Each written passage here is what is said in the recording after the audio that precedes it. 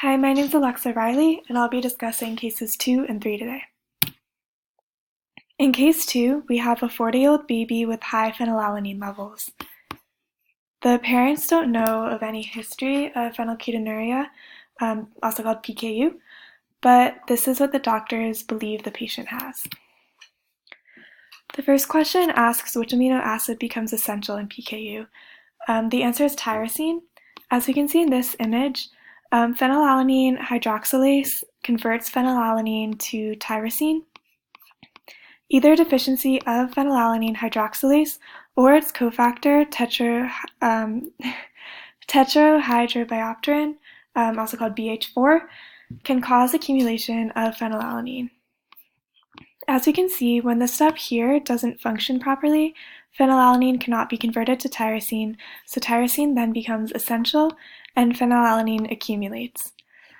Phenylketonuria refers to a phenylalanine hydroxylase deficiency, which can be caused by a defect in the phenylalanine hydroxylase gene, which has autosomal recessive inheritance.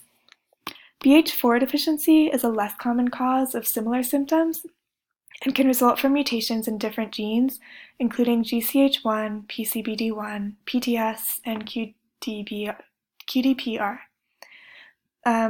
This condition also follows an autosomal recessive pattern. Because both of these conditions are autosomal recessive, there may not have been a case of phenylketonuria or BH4 deficiency in the family history, though the parents may be carriers of the mutation, like we can see in this diagram, meaning that and up till now, both of these conditions could possibly explain the patient's symptoms. We can see from the BH4 loading test that patient A does have phenylketonuria, not BH4 deficiency. This is because phenylalanine is not processed even when BH4 is given, as shown by the slight increase in phenylalanine over time after BH4 administration.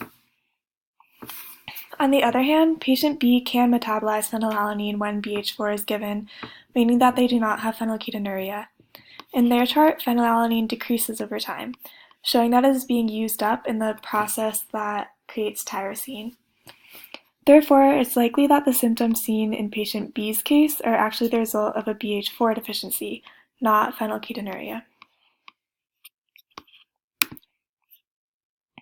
So patient A, who is experiencing phenylketonuria, now follows a low-protein restricted diet, which is low in phenylalanine. This helps because the phenylalanine now won't pile up here to the dangerous level since the input of phenylalanine has been reduced so much. And that concludes case 2. In case 3, a 47-year-old man has severe pain in his big toe and is diagnosed with gout. As you can see from this chart, he has high plasma urate levels and low urinary uric acid levels. Choice 3, decreased urinary excretion, makes sense since urinary excretion is low while plasma urate is high, implying that the urate is staying in the body and not being excreted. Option 1, overproduction of purines alone does not explain the results. If this were the case, we would not expect to see less uric acid in the urine. Likewise, if salvage pathways were not functional, I would not expect to see the reduced excretion that we have in this case. We would need more information about purine production rates to determine if the patient has an additional issue with overproduction or an issue with purine salvage. For now, based on the low excretion levels, decreased excretion is the answer choice that's best supported. Next, we need to figure out the effect of drinking fructose-heavy regular soda as opposed to diet soda, which is sweetened with aspartame or other artificial sweeteners. We can see from this graphic that this change would increase the patient's gout symptoms because heavy fructose intake increases hyperuricemia and gout. And we see that here. Increased fructose increases this conversion of ATP to ADP, which then goes on through this process to become purines, and then later uric acid. This means the patient will have even more accumulation of uric acid, now due to overproduction, in addition to what he's already experiencing with his uric acid excretion issue, and therefore his gout will worsen. Cohort studies support this conclusion. The study from Choi and Kurhan shows that gout is more likely to occur in men who consume 2 or more fructose-containing drinks, like soda, every day versus those who consume less than 1 per month.